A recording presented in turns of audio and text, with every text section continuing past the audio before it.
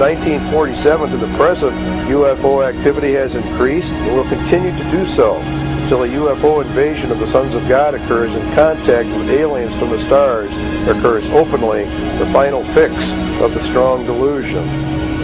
There shall be signs, said Jesus, in the sun, and in the moon, and in the stars, and upon the earth distress of nations with perplexity, the sea and the waves roaring, men's hearts failing them for fear, for looking after those things which are coming on the earth. Now, part of these strange signs in the sun and in the moon and in the stars are going to be the UFO activity, along with very strange astronomical activity as well. And there was war in heaven. Michael and his angels fought against the dragon, and the dragon fought with his angels and prevailed not. And the great dragon was cast out, that old serpent, verse 9, called the devil and Satan, which deceiveth the whole world.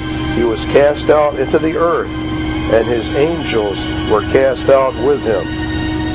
Now there's going to be a buildup of activity until that point in time when Satan himself actually arrives on planet Earth. There is a war in the third heaven, the spirit heaven, and Satan and his angels were cast out of the third heaven into the second heaven and was cast down to the earth. That's yet future when that occurs. Satan will then send an advanced guard prior to his arrival to condition man for the alien invasion from the stars, and that's the main part of this strong delusion. This advanced guard will be operative for years in advance of the primary invasion to set the stage for the arrival of Lucifer, who will come down from the heavens in a cloud, just like Jesus is supposed to come back. Now the Spirit speaketh expressly that in the latter times some shall depart from the faith, giving heed to seducing spirits and doctrines of devils, speaking lies and hypocrisy, having their conscience seared with a hot iron. Now, the word seducing is planos in the Greek, and it means planets, from which the word planets comes from. It's spirit beings who claim to be from other planets, who teach doctrines of demons, which, of course, reverts back to Satan. This is then a replay of the sons of God, who did the same thing to Genesis man, only this time it's Satan's fallen angels.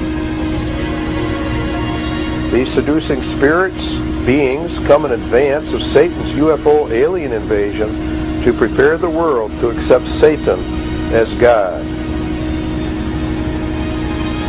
Their doctrines will teach that 1, evolution is a scientific fact.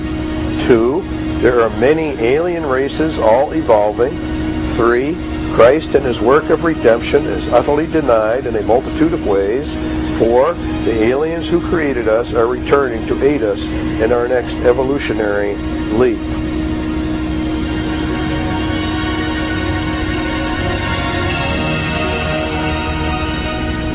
Five, America has been selected as the primary nation to lead the world into the new age. 6, all people who resist must be destroyed and removed from planet Earth. 7, Christ was an alien who came to teach us about love. Christ was an ascended master, but he was not a redeemer. Satan picks America, Babylon, as his center of operations and gives his power to Babylon to usher in the new golden age of the gods. Therefore, America will be the center of occult activity, and the sons of God will work from their secret facilities in America.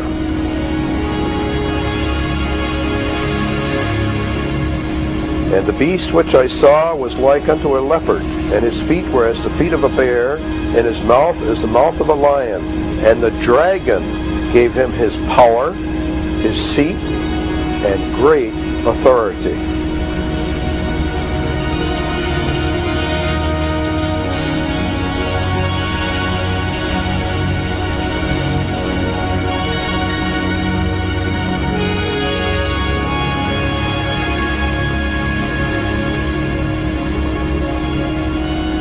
Now, what does Satan do to give America, Babylon, and the coalition of nations she leads, to give them their authority? And then it says they worship the dragon, which gave power unto the beast.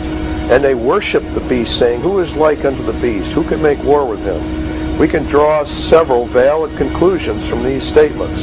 America Babylon is given power and great authority over the world, and no one can make war with America United Nations world government because of their technology. Nobody has weapons that can defeat the weapons that the American Babylon coalition government has under the United Nations. It'll be a modified UN. What weapons and what technology is used that the whole world says they cannot make war with the beast? How did they obtain this high technology that appears miraculous? The Bible says that these weapons appear to be miracles. Stand now, it says about Babylon, with thine enchantments, and with the multitude of thy sorceries, wherein thou hast labored from thy youth. If be so, thou shalt be able to profit. If so, be thou mayest prevail. Now, look at the wording here. This is a reference in Jeremiah chapter 47 against America Babylon in the latter days. It says, wherein thou hast labored from thy youth in the occult, in your enchantments and your astrologies. Thou art worried in the multitude of thy counsels. Let now the astrologers, the stargazers, the monthly prognosticators stand up and save thee from these things that shall come upon thee. America Babylon goes totally occultic. And he cried mightily with a strong voice, saying, Babylon the Great is fallen, and has become the habitation of devils, and the hold of every foul spirit, and a cage of every unclean and hateful bird. The United States of America is basically not a Christian nation, as many people believe, but is instead becomes a demonic nation filled with all of the world religions that hate Christianity, that oppose Christianity, and the prophecies say that America will actually turn upon Jesus Christ with a horrible vengeance and upon his Christian people, and that's happening right now. There is a hatred beginning to develop among the American people against the Christian church and against the Christians. And this is part of Bible prophecy. God said it would happen, and it is happening exactly as he said. And this is a prophecy against the United States of America. And it's not a prophecy against anyone else. For thou hast trusted in thy wickedness. Thou hast said, none seeth me.